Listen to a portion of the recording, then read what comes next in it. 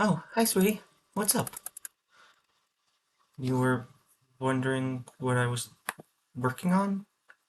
Oh, well, it's a project I've been working on for a while. You know, I like trading card games. Well, I've sort of been working on making one. I call it familiar. It's probably one of my main passion projects. If you want, I could tell you more about it. Really? You'd like that? Wow. No one's ever no one's wanted to listen to one of my rambles before. Thank you.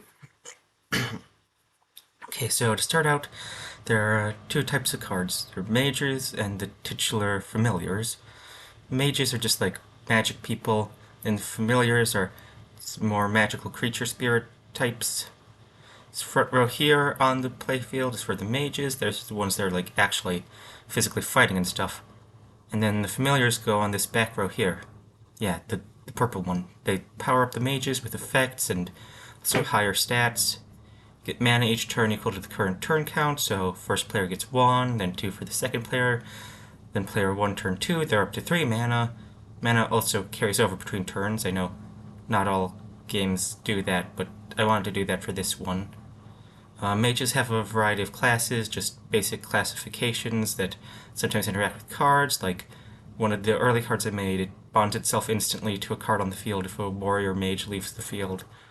Warriors have elements, which I'm actually fairly proud of this part.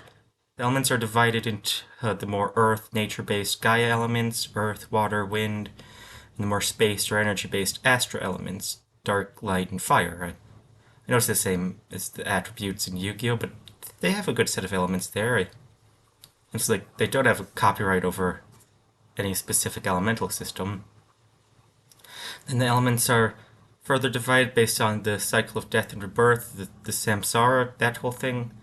Light and water represents creation, dark and earth represent preservation, and fire and wind represent the destruction. It's sort of like a phoenix type aesthetic. Phoenixes are actually fairly lore relevant.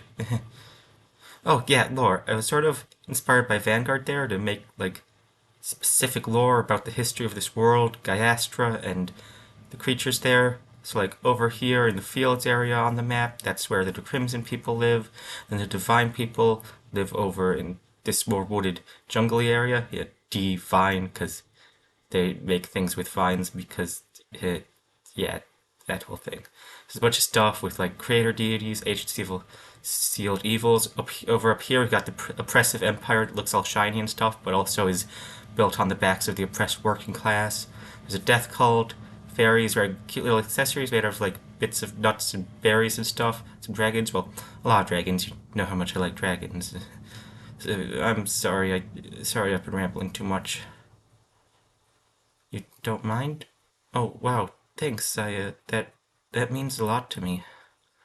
Well, I've also got I'm working on like a sort of like a visual novel, but without the choices. What's that called? It's uh, um, um, um, a kinetic novel. Yeah, sort of one of those, but instead of being downloaded and you click through it, I just upload the frames to like Tumblr and stuff. And well, it's a tie-in media because like all my favorite card games have the tie-in media. You know, Yu-Gi-Oh and Vanguard both have the anime and stuff, so I wanted to do something like that here. It's about a girl who's like a famous, really good player on the virtual game server where you can get cards for free, but in real life she can't actually afford a strong deck. It's gonna have some morals and stuff about how I really don't like it when card games end up overpriced and like all the scalpers on the secondary market. And she plays a circus deck, because I always like those, you know, Performance Palatare, that sort of thing. And she's got like this VTuber avatar type thing that she plays with on the online server, so no one knows who she is IRL. And it's like also a trans metaphor, because you know me can't keep myself from having gender stuff in my stories. Are you sure I'm not boring you or annoying you or anything? Really? Thank you. Thank you so much.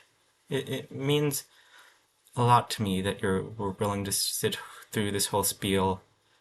I am. I really love you, you know? Yeah, you're perfect.